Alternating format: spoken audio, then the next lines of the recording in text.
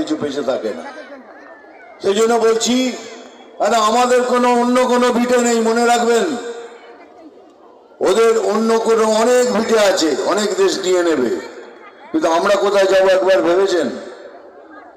আমাদের কোনো জায়গায় যাওয়া আছে, কোনো ভিটে আছে, কোনো দেশ আছে? কিচ্ছু বেঁচে নেই। তাহলে কি করবো আমরা? আমি কিন্তু বারবার বলি, সব জায়গায় বলছি যে বিজেপি ভারতীয় মুসলমানদের বিপক্ষে নয়।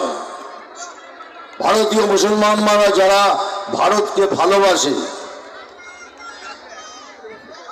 ভারতকে ভালোবাসে, ভারতের জন্য কাজ করে, ভারতের সুখের জন্য কাজ করে, তাদের জন্য। কিন্তু বিজেপি তাদের বিপক্ষে, যারা ভারতে থেকে ভারতের ক্ষতি চায় তাদের বিপক্ষে। তো এইসব লোককে প্রশ্রয় দিয়ে কি লাভ?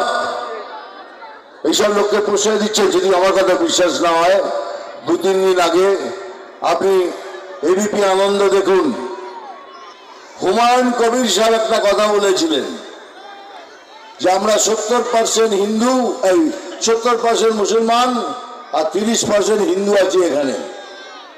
ওই 30% হিন্দুকে কেটে ভাগীরথী নদীতে বইয়ে দেবো, তার এগেনস্টে আমি এটা কথা বলেছিলাম।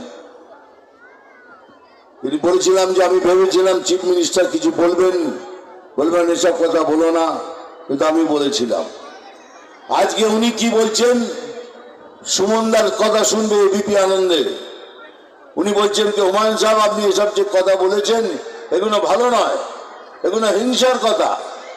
তাতে উনি বলেছেন, এটা আমি বলিনি, আমার নেত্রী আমাকে শিখিয়েছেন এসব বলাতে। ভাবতে পারেন,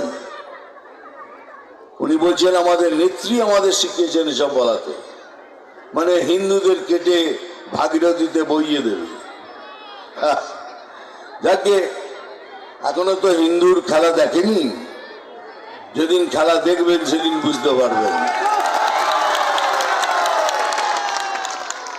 যাই হোক, এসব তো এই জন্যই বললাম, কেন আমাদের এখন সময় এসছে আমরা সবাই এক ছাতার নিচে এসে একভাবে সনাতনী হিন্দুরা একসাথে ভোট করুন আর এই সরকারের পতন ঘটান।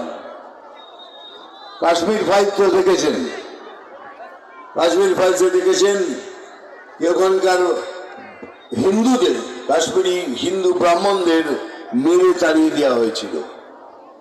এখন সেই সুযোগটা যদি আমাদের এই সরকার করে দেন, তাহলে আমাদেরও সেই অবস্থাই হবে।